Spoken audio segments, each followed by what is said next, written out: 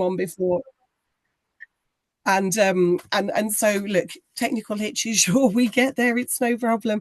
So thanks for joining me on this beautiful evening. So all of you guys, I hope you're managing to kind of sit somewhere kind of outside with a glass of something nice and cool, because this is definitely a kind of a rainy day kind of presentation, but look, we'll get through it. So as Branjali said, I did a 2 years research masters, an M.Litt, based up at the University of Galway, and it had a huge element of field ground survey work. And unfortunately, there's just so much to cover that we possibly won't get on to quite a lot of that. But that's okay. There's a lot of other kind of research that was done as part of this study. So we'll see how much we can get through. And maybe Pranjali will just have to do another one at another time on a less sunny day anyway. So this is looking at the landscape of Doolin, and it's really hard when you try and pick a research topic when you have a landscape that is as amazing and as beautiful as the Doolin landscape is. So in the end, instead of just focusing on one particular time period, we kind of hammered out that we were going to look at the story of the whole landscape. So just to give you, sure, look, you guys know where we're talking about anyway. So you have vaguely where the Burren is in this map in here, and the rectangle is marking the study area that I was working in. So if we zoom in a little bit more on the OS map, you can see the study area. We've got Doolin itself down in the very south, and then we have this Ballinawan Peninsula plateau, plateau up in the north. So we've got two very differing kind of landscapes. We've got coastal and quite low, and then we have this upland, very rocky kind of plateau as well. So it was a really interesting area to look at. So why I chose to look at Doolin, Michael and Clodagh Lynch have a lot to blame for that one. When I was doing a diploma in archaeology, they suggested doing part of the study in Doolin, as they said it's a very understudied area and it is really rich in archaeology. So if you look at the two maps we have on the slide here, so this one here on the left, this is down around Doolin itself. All the little red dots are recorded monuments from the National Monuments website, and the ones highlighted in yellow are prehistoric monuments. So down by Doolin itself, you've got this high density of monuments, and you definitely have prehistoric. And then when you highlight all the early medieval, you can see this huge, a lot of the red dots are these early medieval. They're the ring forts down in Doolin. And when we move up to the Ballinawan Plateau up in the north, you can kind of see already, even from the aerial photographs, you can see how the landscape has changed. So up here we have four recorded prehistoric monuments, and on the right, when you look at the early medieval, there's less of them, but it's still two really interesting landscapes where you have early medieval overlying very visible signs left of the prehistoric. And it's such an incredible and beautiful landscape, and every time you go up there you see different things. So the Burren is renowned for being this very well preserved archaeological landscape. So just to give you, I'm sorry if I'm sniffing away as well, I'm full of a cold, so I'm going to do my best not to be too annoying, but to give you an idea of what we're looking at now, this really helped me. I'm not an archaeologist as a background, so this kind of helped me tie down what I was doing. So I'm looking at from the Mesolithic period up till the early Christians, so you get an idea of the dates and the amount of time.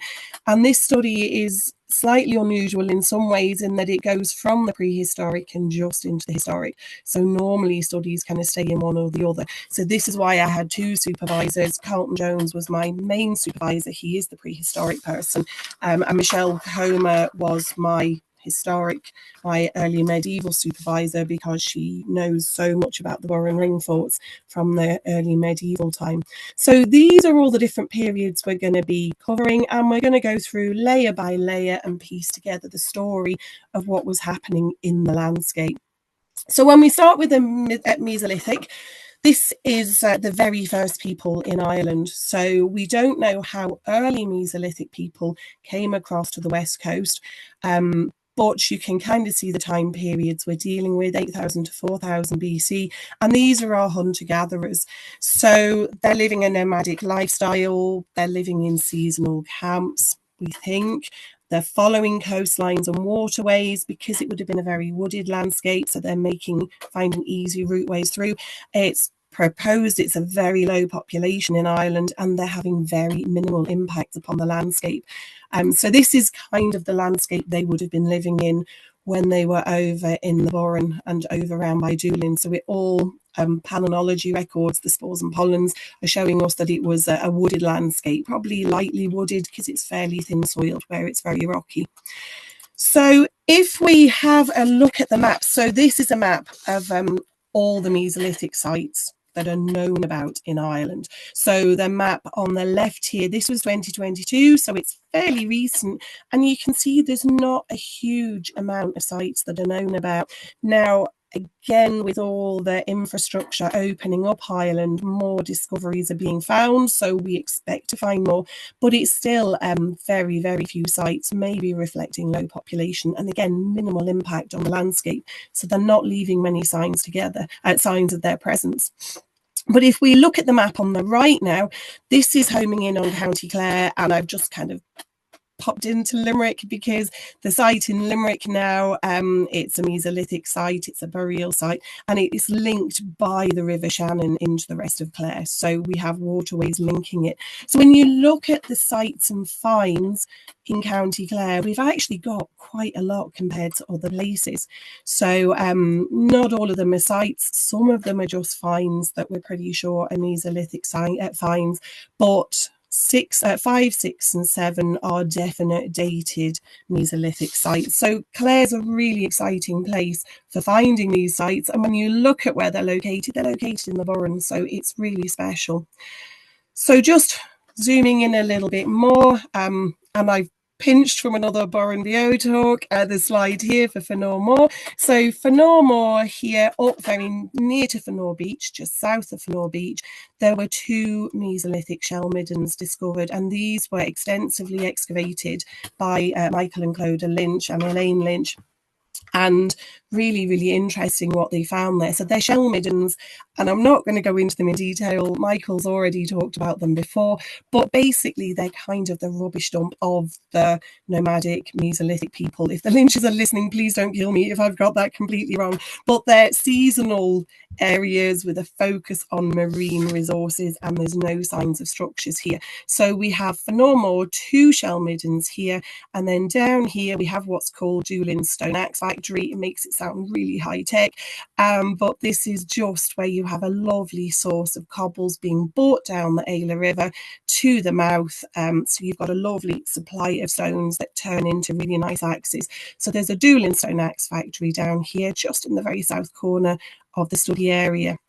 And again, it's been dated to be Mesolithic. So if we look in a little bit more detail, again, we're just going to get rid of you, Pat. Sorry, because my animations aren't working. So Pat, we'll chuck you off to the side for a second. You won't mind too much. So when we look at where these sites are today, these sites are in really kind of inhospitable locations. They're located right on the high tide line. So this is our Fenor shell middens. And you can see in the circle on the aerial photograph, it's right on the high tide line. And this is why the excavations were so important, because it's being washed away. And when you look at the Stone Axe Factory, it's just in the most awful location when the weather comes in. So it has a southwesterly aspect. So the wind, the waves are all hitting the shore where the Stone Axe Factory is located. So as a first part of my study, and when I was looking at the Mesolithic, what I did was I went back and looked at where sea level could have been during the Mesolithic period, because the sea level is gradually rising, and it has been rising since then.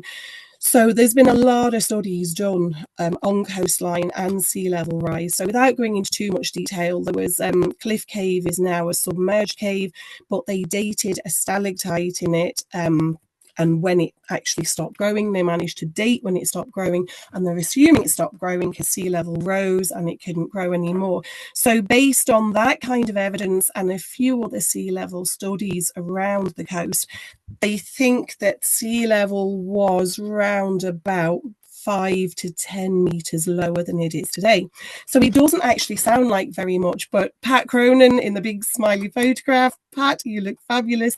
When I was talking to Pat, he's with the Coast Guard, he's a diver, and he knows the coastline quite well. And he was explaining it's actually quite a shallow coastline around a lot of it. So thanks to Pat, he got hold of bathymetric charts, and using ArcGIS, I put the minus contour lines onto the outline of County Clare to have a look at where the old sea level used to be.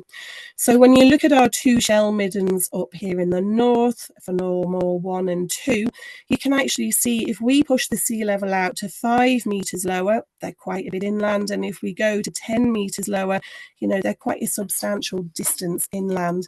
And again, if we have a look at the Doolin Stone Axe Factory, no matter which one you look at, the 5 or 10 meter contour line, -5, -10, Crab Island would have been part of the mainland. It wouldn't have been an island there. So it gives you an idea of how far out the coastline used to extend. So when these sites were actually being used, they wouldn't have been in these very exposed sites that they're in at the moment. So like I said, it's kind of, they reckon between 5 and 10, possibly closer to the 5. But even so, you can see that the sites would have been located very, very differently. And possibly this is why we're not finding many Mesolithic sites, because if they were slightly closer to the sea level in the Mesolithic, they would now be submerged and possibly washed away, because it's a very dynamic bit of coastline. So that was just one interesting study we did, and I put together the map to kind of show how different it would have been. So for the dating of it all, when we look at the dating of what we have here, the shell middens, the first shell midden dated late Mesolithic into the next period up, the very early Neolithic, and the second shell midden was late Mesolithic, but it didn't go up into the Neolithic, so it's slightly older than the first one. And this is all I should say. These dates are all courtesy of Michael and Clodagh Lynch and the work that they have done on the shell middens in Fanor. They were very kind letting me see the dates that they had. So these dates are all, so if I've got them completely wrong, it's completely my fault for misinterpreting them, Michael and Clodagh, so please forgive me. So then when we come down into our axe factory, then they dated some activity from the early Mesolithic, some from the late Mesolithic, and just into the earliest Neolithic. So this is really exciting because we can see activity at the end of one period moving into the second, and there's always very marked changes that change the move from archaeological periods. So when we move out of the Mesolithic, we come into the Neolithic, and this is marked by the farmers. So we have a whole new economy arrives around 4000 BC. A whole new economy arrives, and we start to see very distinct archaeological changes. So all these different time periods are marked by very definite changes that we can see. So we have our first farmers on the landscape. They have cattle, a bit of sheep and pig, cereal cultivation. They bring pottery. They make monuments out of stone. So they actually really start to mark the landscape. So it might have looked very dramatic having these big stone monuments built. More permanent settlement and starting to clear back woodland to make way for the farming. So this wouldn't have arrived bang all in one go. It was probably a gradual transition period from the Mesolithic into the Neolithic. We see a very definite change in the monuments. So in the Mesolithic, if they had any monuments, which we have no idea about, they could have been made of wood before, but we don't have any signs or evidence of them. But our Neolithic farmers start to make these megalithic monuments. So megalithic, big stone. So they're very dramatic monuments on the landscape. And from the Neolithic onwards, as they're building megalithic monuments, they tend to change the type through time. So the four main types that came in with our farmers, you can see here. And these just give us a very definite, we can see that's when we have people land on the landscape. So if we have a look at our farmers coming in, we need to just have to make sense of the story of Doolin. We need to think about how farming came into Doolin. So there's different theories of how farming changed, how it came into the country.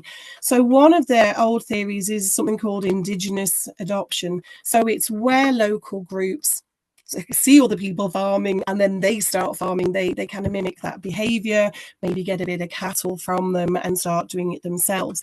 So this is pure AI generated image. So any mistakes or inaccuracies, I'm going to blame 100% on AI and my prompts not being great. So this is meant to represent our hunter-gatherers here, and they're having a little go at keeping cattle, and they've just gone and built their lovely tomb to mark the landscape. So this is one possible theory of how farming came.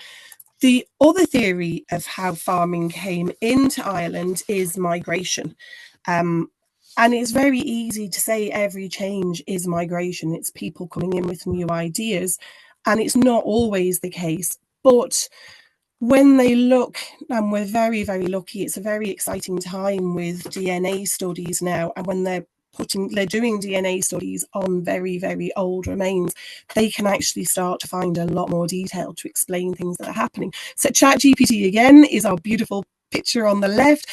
So migration, when they studied the earliest Neolithic remains in Ireland, nearly all of them were what is called this early farmer ancestry. So it kind of, they did look at Mesolithic people, they found hunter-gatherer DNA, and then they found that there's definite new genetics coming into the country.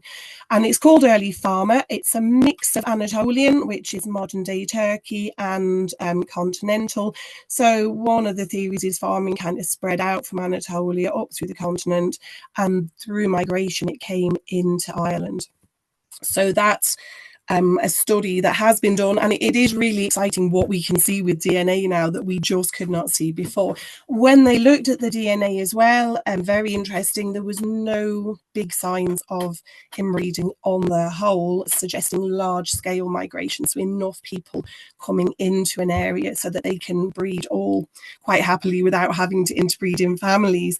And it didn't probably all happen in one go, bang, here are the farmers, that's it, they've taken over. It probably happened over time with this transitional period in different waves as people came in.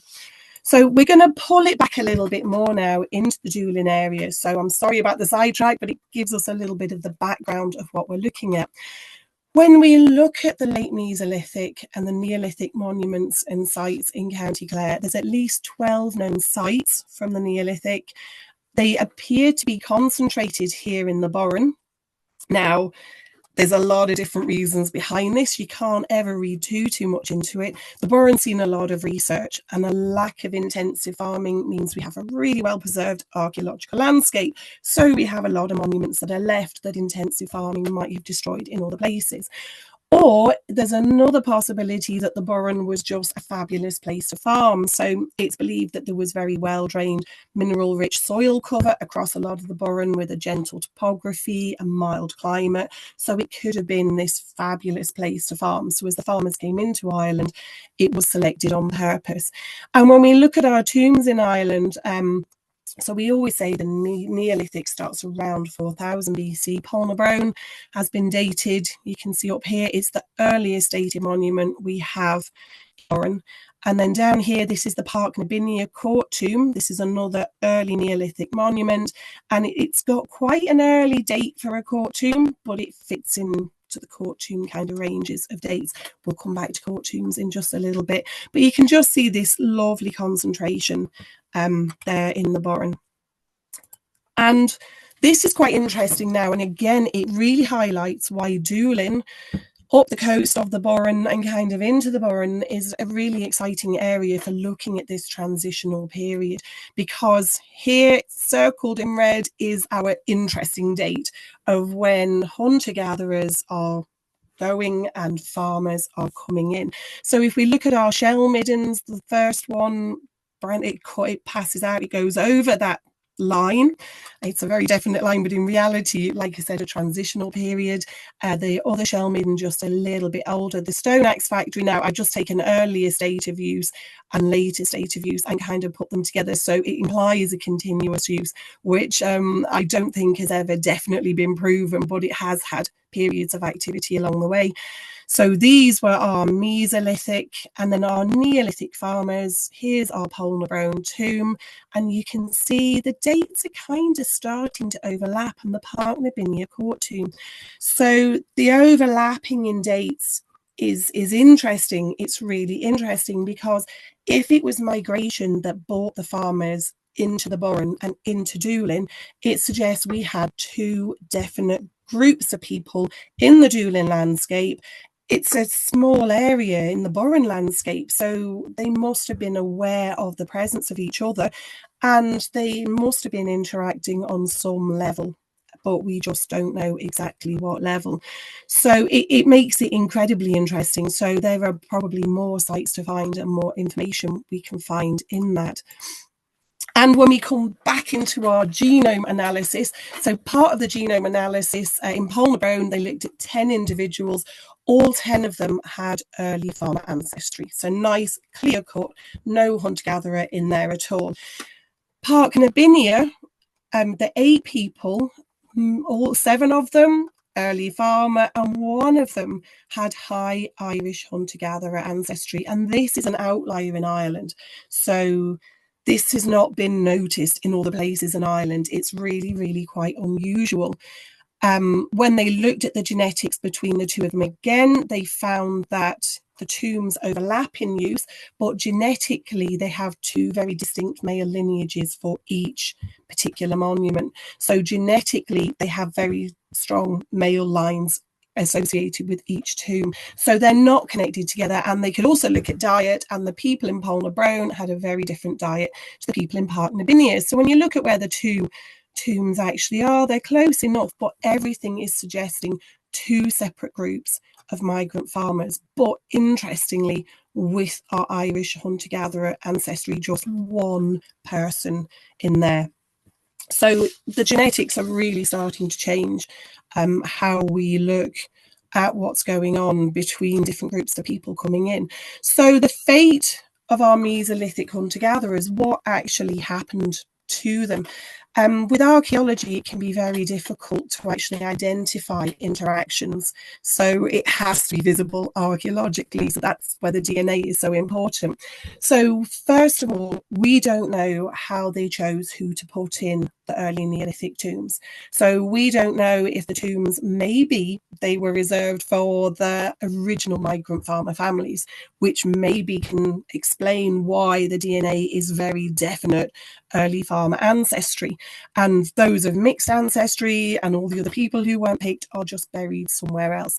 Then also the population of hunter-gatherers, it's been proposed that it was really, really small, and that the Burren may only have supported 1 to 2 groups of hunter-gatherers. So really, really small populations, and maybe they were assimilated into other farming communities that we haven't actually found yet any evidence for.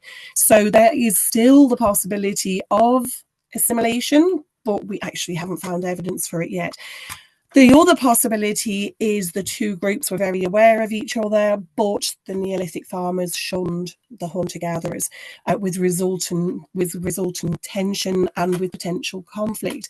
And very sideline and definitely not a definite conclusion. But when you look up at Polnarone, when Anne Lynch did all her amazing work up there, you know, they found bones with signs of injury that could have been from conflict. So, for example, the pelvis with the arrowhead in it that hadn't actually healed, cracked ribs that have healed, and depressed skull fractures. So were they fighting with the hunter-gatherers? Was this cattle raiding? You know, you can't draw too many conclusions, but it's just another kind of little bit of food for thought for it all. So you can really see how the Doolin area is just such an exciting area to keep looking for more evidence of this transitional period.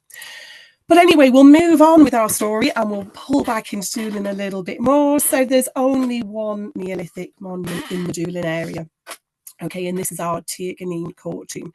And it's a gorgeous little court tomb now, a small one. So I'm going to give you a little bit of background on the court tombs because this is quite important with some of the work that I carried out on the ground here. So court tombs are an early Neolithic monument. This is what they're guessed to have looked like. This is a reconstruction. Now, this is not my AI and not my image. This is taken just from the internet. So they had this court at the front with these orthostats, the big stone standing up. They'd have had, if you look at a plan in here, they'd have had a gallery with one or more chambers in there. And then they're pretty sure they would have had this massive cairn over the top, sometimes with curbing along the edges to hold it all together. So that sounds lovely and simple.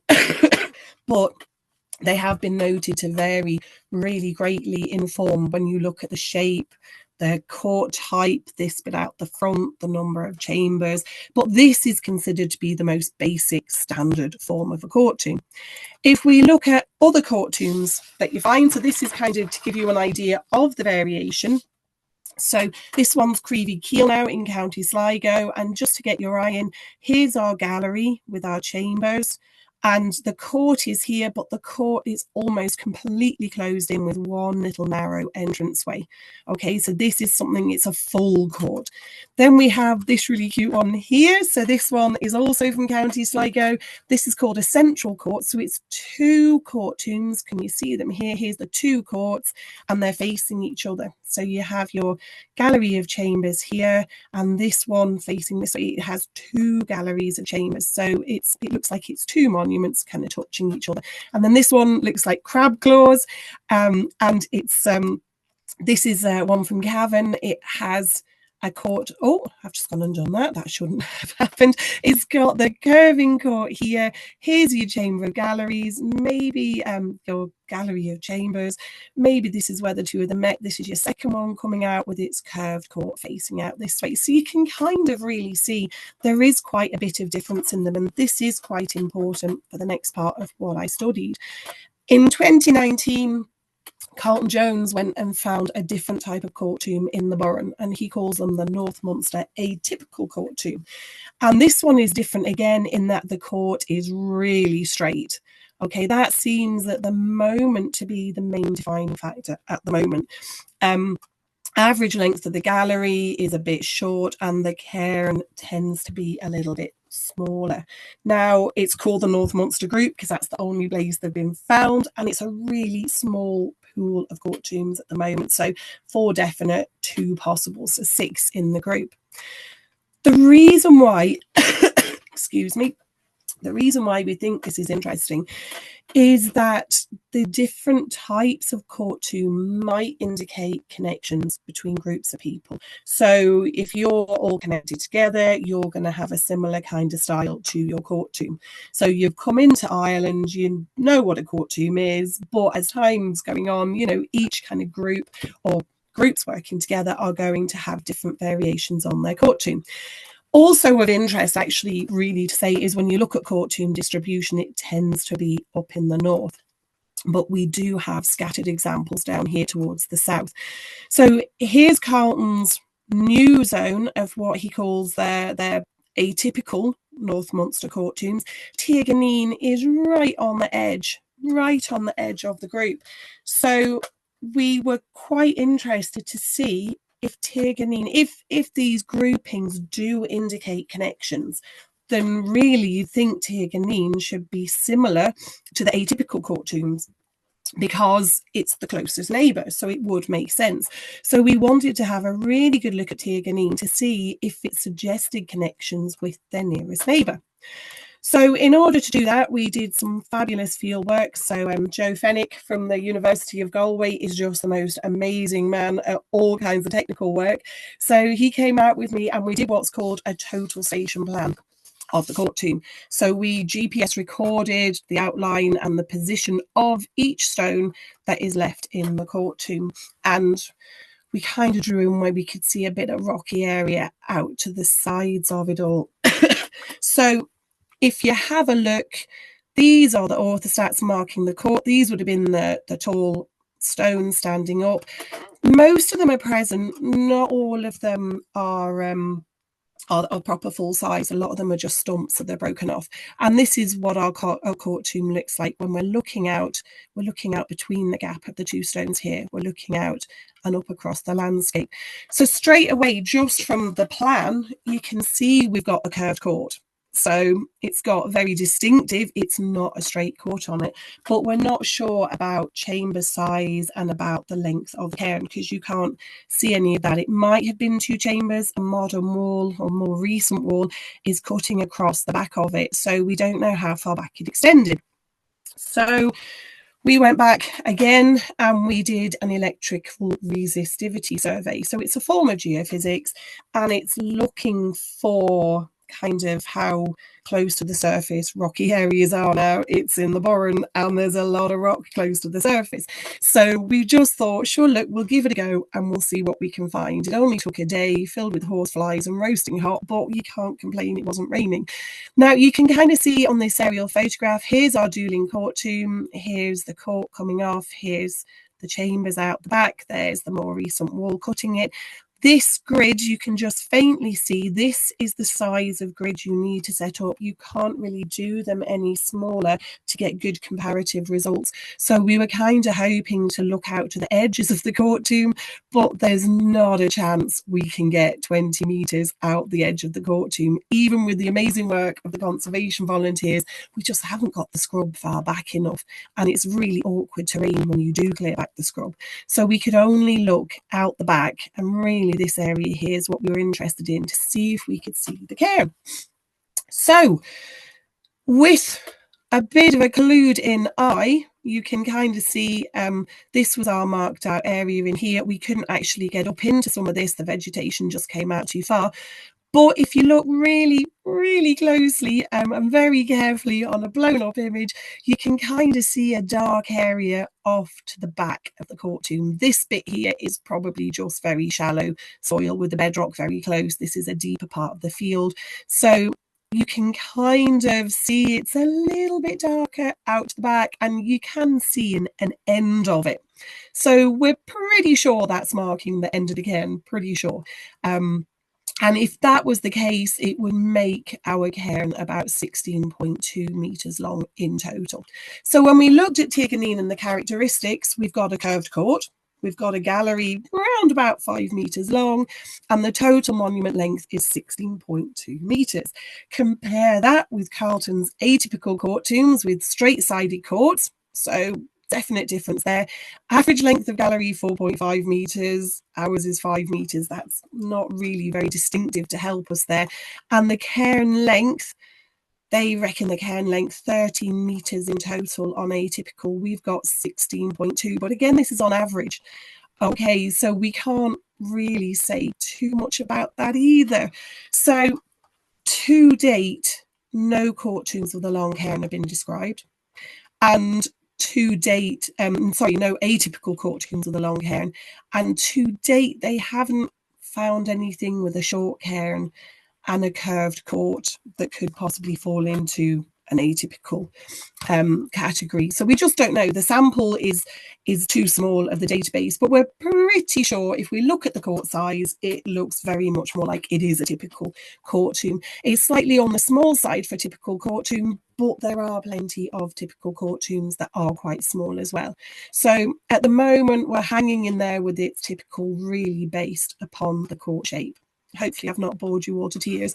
So this then makes you think quite carefully about the farmers at Tirganin. Tirganin's never been excavated, so we have absolutely no data from DNA, from dating the tomb or anything.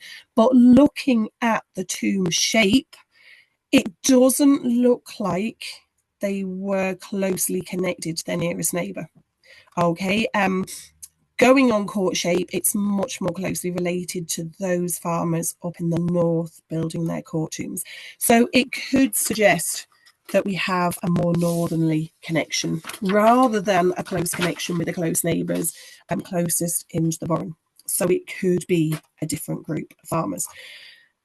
So if we take a deep breath and if we pull all the evidence back together, looking at our Neolithic, so if we start with Polnabrone, this is the earliest Neolithic monument in the Burren.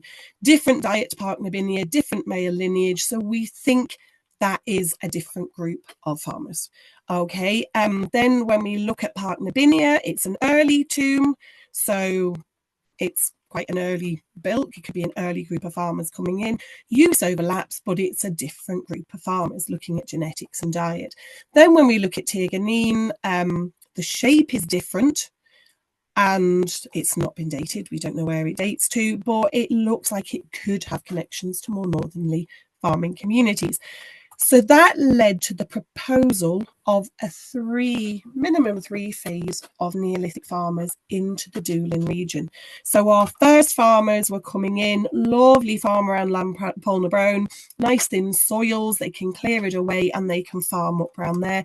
Second wave of farmers comes in, they set up camp, and again, Park Lavinia's Rowan Hill around here is another nice place for farming. It's got good soil.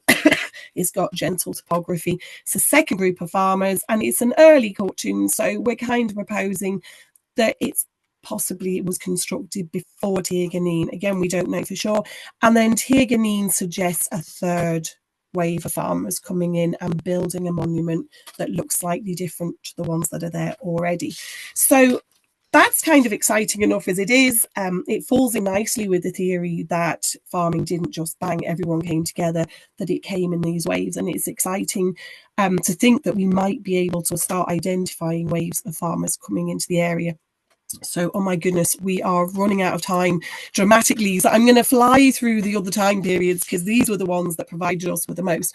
We move into the later prehistoric now. Pranjali, do shout at me now if I've gone on for too long, but I did start late, so you can give me 5 minutes extra. So moving into our later prehistoric, we can see these time periods changing by artifacts and by monuments. Okay, so we see bronze coming in, and bronze eventually they start using copper, which is no, wrong way round. They started with copper and then they alloyed the copper with the tin and they made bronze, and we start to see a different form of tomb coming in. I really should read my notes better. When we look at later prehistoric monuments and evidence for it in the Doolin area now, we actually have quite a fair bit going on still in here. So up at Ballinawan, you can see a nice cluster of monuments. We can see some finds. So there's definite activity carrying on in the area after the Neolithic, moving into the later prehistoric. I did a huge amount of field surveying up in the Ballinawan area, and by the field surveying, we found another wedge tomb, which isn't actually on the map, a Bronze Age cairn with a kist, or probable Bronze Age cairn with a kist. It's never been dated. The kist is this little square chamber in the middle, and because it's a short one, it's thought to be a little bit older than ones with a long one. I think I'm correct on that. So there's the edge of the cairn, and there's the little kist in the middle that would have contained the human remains. And also, when I was doing the field surveying, quite excitingly, I found two very likely and two possible prehistoric habitation enclosures. So this was already marked on national monuments as an enclosure, but when we looked at wall relationships, when we looked at the structure of the wall, the shape, it actually really does look like it could be this Chalcolithic early habitation enclosure by comparing it to work that was done on Rowan Hill that we'll talk about in a minute. So Chalcolithic Burren, Chalcolithic is just the very start of the Bronze Age. So Chalcolithic Burren, when we look at the main monument, it's our beautiful wedge tomb, really distinctive monument, lots of variation in shape and complexity, thought to be linked to our farmers still. And the Burren contains the highest concentration in Ireland is down the west coast. The central Burren has a really good concentration, and the highest concentration is here on Rowan Hill. So Carlton Jones has done a lot of work on Rowan Hill around the wedge tombs. So it made a really handy place to compare the two sites to. So he's excavated, got dates, got structures, you know, he kind of has a feel for what early these Chalcolithic monuments look like. So as a result, and I'm flying through now, and I'm very sorry if I'm going too fast, this is Ballinawan, this is the area that I field surveyed. In red, these are what I'm pretty sure are prehistoric habitation enclosures. The yellow you can see are the wedge tombs up and around. So these were the two kind of clearest ones. There was possible activity kind of to each side as well. And when we compare them with the work that Carlton did up on Rowan Hill, you know, there's similarities in shape and size and with the monuments around them as well. So this was really, really interesting. There's a much higher density of activity going on in Rowan Hill than up at Ballinawan. And that's really interesting because that kind of proposes you've got a slight difference in activity going on. So maybe Rowan Hill was a better area to farm, could support a better, bigger population, and so have more habitation enclosures. Ballinawan, for any of you that know it, as you're kind of going up from Ballinalacken Castle, the big flat plateau, very exposed, thinner soils. So maybe it couldn't support a bigger population. And when you look at average size of wedge tombs, they tend to be about a metre smaller than what you're finding at Rowan Hill, which possibly suggests that you've got smaller communities not building such big tombs, although it could just mean that on Rowan Hill they have access to bigger slabs of stone and can make them bigger. So you can't draw too many conclusions, but it suggests that Rowan Hill was a bigger, maybe more high status kind of area for farming in the Chalcolithic period. So like I said, I'm running over this now, so I do apologise. And when we start moving into the rest of the Bronze Age, you know, there is a little bit of activity. So your burnt mounds, your full fears, there's one kind of up on the coastline, kind of near Ballyreen. Robber's Den has late Bronze Age activity, and cairns. You know, we found at least 2 more cairns that could have been Bronze Age. You just can't tell. So, you know, it's likely there's a lot more evidence out there just waiting to be found. But it's still a very strong indicator that farming was continuing into the Chalcolithic and into the Bronze Age. We rush through the Iron Age. The Iron Age lull across Ireland, it's pretty well established. It's renowned for its lack of archaeology in the Iron Age. Lots of possible causes, from climate to politics. Interestingly enough, excavations carried out in the Burren, especially some by Elaine Lynch, have found that Iron Age sites were maybe reused into early medieval. So it could be masking the fact that we have more Iron Age sites, just the medieval archaeology is kind of starting to get rid of most of the traces of the Iron Age. So iron blacksmiths, we have iron, that marks our Iron Age. And then this particular monument, our barrows, are important because we do see barrows in and around the area of study. So our Doolin area. So you can see in red, we have these barrows. My possible theory for there's not more of them, there's a lot out to the edge. You need a bit of soil to make your barrows. So if you look at the 2 pictures, Ruth, if you're watching, that's you holding my measuring pole for me. So these are the ring barrows. You have to dig out a ditch and a bank and a mound in the middle. So you need a bit of soil, and you possibly don't have enough soil in most of the study area for making ring barrows. So maybe there was more activity there. But we just don't have signs for it or not. But even what we've got there, when you look on a national scale, it's still pretty impressive. So farming is carrying on into the Iron Age. I know I'm pushing my luck here and I'm really running out of time. What really drew me to Doolin was the massive amount of ring forts you get in Doolin. So we're going to just, and I didn't have time to do a proper study on this either. It's just the whole project ran away with me. So early medieval is when we start to see our ring forts being made in the Burren. So our ring forts are coming along. ChatGPT, you are just fabulous. Give me this beautiful reconstruction of a ring fort. So not hugely defensive, a lot of them. They were probably just farmsteads. So you have your farmers living in them, a few pens for keeping your livestock and all the rest of it. Some of them were bigger, higher status, thicker walls, and some of them were a lot smaller. So they're really, really interesting. They usually date kind of early medieval times. They vary a lot in size, in shape, in internal structures. This one here is up on the Ballinawan Peninsula. You can see it's quite a big, substantial ring fort. And then this one here is down in Doolin along the coastline, and it's a lot more subtle what's been left of it. But when we look on a map of the ring forts, this is where it gets quite exciting with our ring forts. So early medieval, these are farmers, and look at the amount of farming activity we have in medieval. So Iron Age, we're not seeing much, and then all of a sudden come into the medieval and look at the density of the ring forts we have. Area A and Area B are only marked out because these were areas that I surveyed. A only aerially and B aerially in ground. So that's just why those areas are marked out. You can completely see straight away, you know, national average quite small. Burren, oh, really good.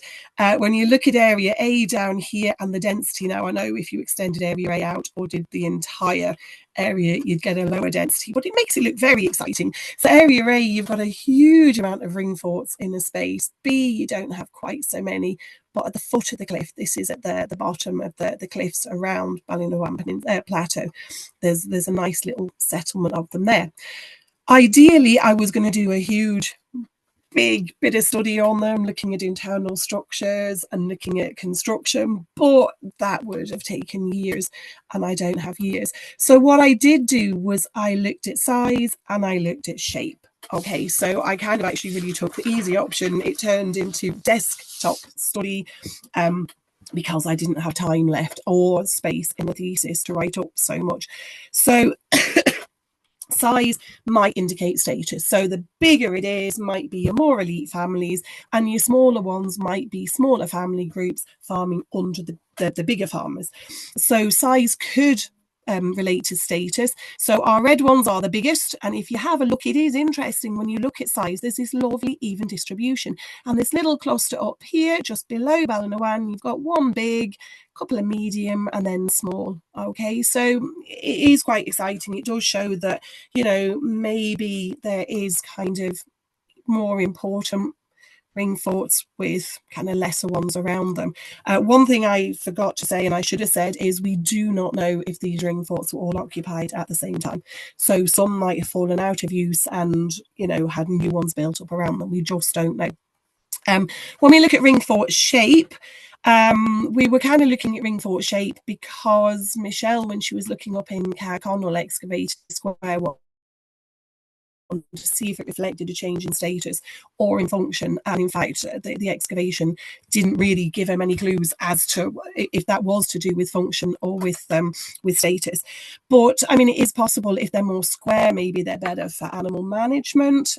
Not too sure. So when you look at shapes, you know, we've got a square one up in our little cluster up here, and we've got rectangular and sub-square ones there. So it might be showing something really interesting. We just don't have enough data now to kind of give us any more information, which is a real shame. But this is a lovely project that would be an amazing project, but would take years and years. To look at clues, to look for clues of when they were built, if we can work out local chronology, look at internal structures, building styles.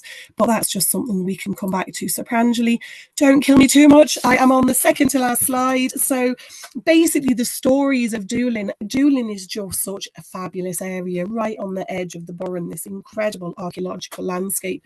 And it shows this beautiful multi-temporal landscape. So each generation is building upon what came before them. And when you start looking in detail, you can start seeing how the layers are all interacting together and get a bit more of a clue about what was going on the landscape and the people who were living and farming there in the past. Deep breath. So I'm not going to read through the whole slide, but the whole master's project was a massive team effort, and it couldn't have happened without every single person on that slide, and possibly other people that I forgot to put on the thank you slide as well. Pat, I've already said thank you to you, so you're not on this one. So the supervisors, Joe Fennick is just incredible. Mary and Elaine were just brilliant field buddies for the hours and hours of looking at walls and monuments. Michael and Clodagh Lynch could not have been more generous with sharing their information as well, and I really appreciate everything they did. I mean, the Burren farmers really we should have up at the top, because without their permission and their enthusiasm and their backing, the project wouldn't have taken place. And, you know, the farmers, Tom Holmes especially, a big thanks, because he's let us come back and have field trips, and we'll have a couple more up there later on in the year. So these people were so important. And Patsy and Sharon and Tim, I would never have worked out who owned what if it wasn't for the backup of these people around me as well. So that kind of brings me to the end of it all, and I'm going to stop screen sharing, and hopefully that made a little bit of sense.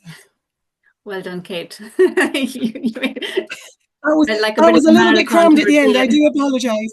That was really interesting. I think we got really immersed into the the Neolithic and the Mesolithic, and obviously left lesser time for the later time periods, but it was really well explained. Fair play to you. Thank you for sharing that. We had a few comments. No, thank you for Ruth, asks Fabian. You question mark. And if I did say thank you to Ruth. I said she was in the picture. she was in the picture, she got a visual. Thank you. If you have any questions for Kate, please put them in the Q&A or the chat, and we'll ask her before she goes. We still have a few minutes. Thank you. More sometime, please. So, yeah, great talk. Anne says, thank you, Kate. That was very interesting. Can you explain how DNA shows whether the people were, for instance, hunter-gatherers as opposed to other groups of people? So basically, and I'm not brilliant at DNA, there was that really interesting paper, the Cassidy et al., and I can share the link to it. But they looked at 43 individuals from Ireland. 2 of them were hunter-gatherers, so from Mesolithic sites, and they were dated as Mesolithic burials, so we know they were hunter-gatherers. And the other people, the other 41, were from Neolithic sites that were dated as Neolithic sites. So when they looked at the genetics, what they got from the Mesolithic guys, they called that Irish hunter-gatherer. So they were the 2 individuals they looked at. That is Irish hunter-gatherer. All the other individuals they looked at shared the same early farmer DNA, which is very distinctly different. So I think they called it early farmer because they were buried in Neolithic monuments. So they are farmers. And like I said, they found a mix of Anatolian and continental. So I think there's been genetic work done kind of across Europe of the similar time period. So you can kind of trace these genetics back. So like I said, I'm not a brilliant genetic scientist. Hopefully that did make a little bit of sense. Great. Thank you. Thanks, Kate. Ruth is saying, do you think there is something to those big enclosures being in such a straight line? I never noticed that before. Big enclosures in a straight line, or is that the ring forts, Ruth? If it's the ring forts in a straight line, again, I didn't mention that the ring forts, they're on the very edge of the good farmland. So when you actually look at them on aerial photography, aerial imagery, they're on the very, very edge of the good farmland, just on the rocky land. So 1, they weren't taking up good farmland with building their farmsteads there. And 2, it kind of suggests routeways. So either travel by coast or traveling connection by an inland road that's connecting them all together. So it suggests that it's connections through travel as well. Okay, yeah, it's really interesting. Caroline has asked, can we tell anything at all about the cosmologies of the people based on the sites? The cosmology is getting out of my comfort zone here. I don't know what that meant. I mean, what I'm assuming is maybe these sites were calling them tombs. Maybe this is what Caroline's looking for, but we're calling the sites tombs, but we have no idea really actually what they were doing at some of these monuments. So especially things like Polnabrone and the court cairn, the court tomb in Park Nabinia, when they're looking at the remains in there, it's really obvious that the remains are being interacted with. So, bones are being taken out, possibly burnt slightly in fire, put back. So it's not just a tomb, because 1, that's not where all the bodies are going. We're not finding enough bodies in them. So 2, it must be a site of ritual, which is a dead easy get out of jail option here. So a ritual kind of site. So they're obviously really, really important and pulling communities together, and maybe, using ancestors to connect to the land. Possible. Yeah, that was actually, I had a really basic question there. The portal tombs and the court tombs. Do you think they had similar functions, like you said, or was there anything distinguishing about them? Well, it is interesting between the pair of them, because the portal tombs now, there has been talks on, Anne Lynch's talk on Polnabrone is just mind-blowing, what they've taken away from them. They have a very different shape. So are they representing something different?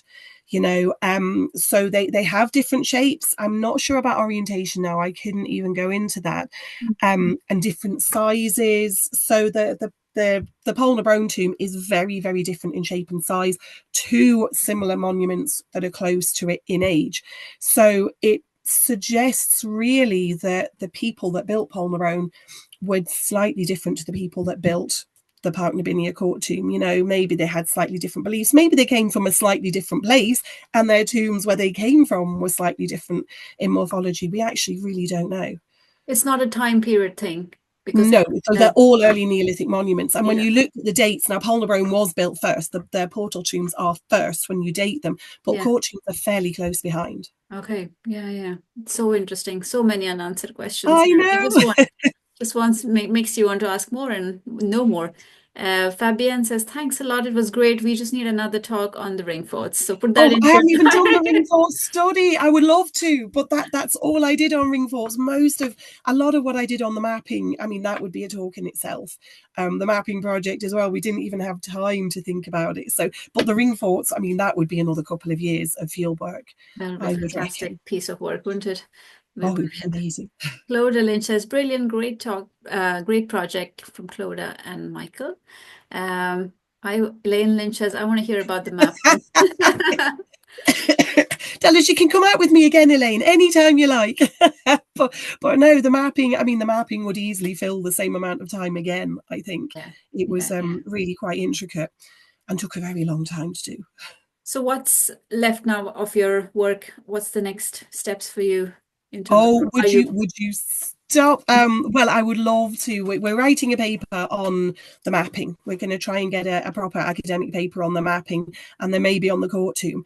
And once those are done, the idea is if we can get enough funding, I can continue on with the mapping and see. I mean, it's just amazing what you can uncover by walking in the field and finding monuments. But you have to literally walk every square centimetre of every field to find a lot of this stuff. So, I mean, there's so many stories out there still left to be found. Yeah. You start seeing walls in your dreams. Oh, would you stop? That's how I go to sleep. Very good. We are nice and square just after 9 o'clock, so I think we will put a stop to that. So thank you so much. You did very well, Kate. Thank you. Spite of the late start, speaker issues and PowerPoint issues, you managed to get across a fabulous story. So that was really, really interesting. And now you finally know what you've been up to since you left. Yes, I haven't just been having cups of tea and pieces of No, cake. no, no. There's been more to that, and onward and forward, and hope you get more interesting findings and work done in the future. So, thanks very much, and have a good night, everyone. Thank you, and enjoy the sunshine, everyone. I appreciate you guys all staying inside on such a beautiful evening. Well, it's So, a bit dark now, so it's all right. yeah, it's bedtime. Sure, it's grand. Thanks, Lovely. Kate. Thanks. Thank you. Good seeing you again. Bye. Bye.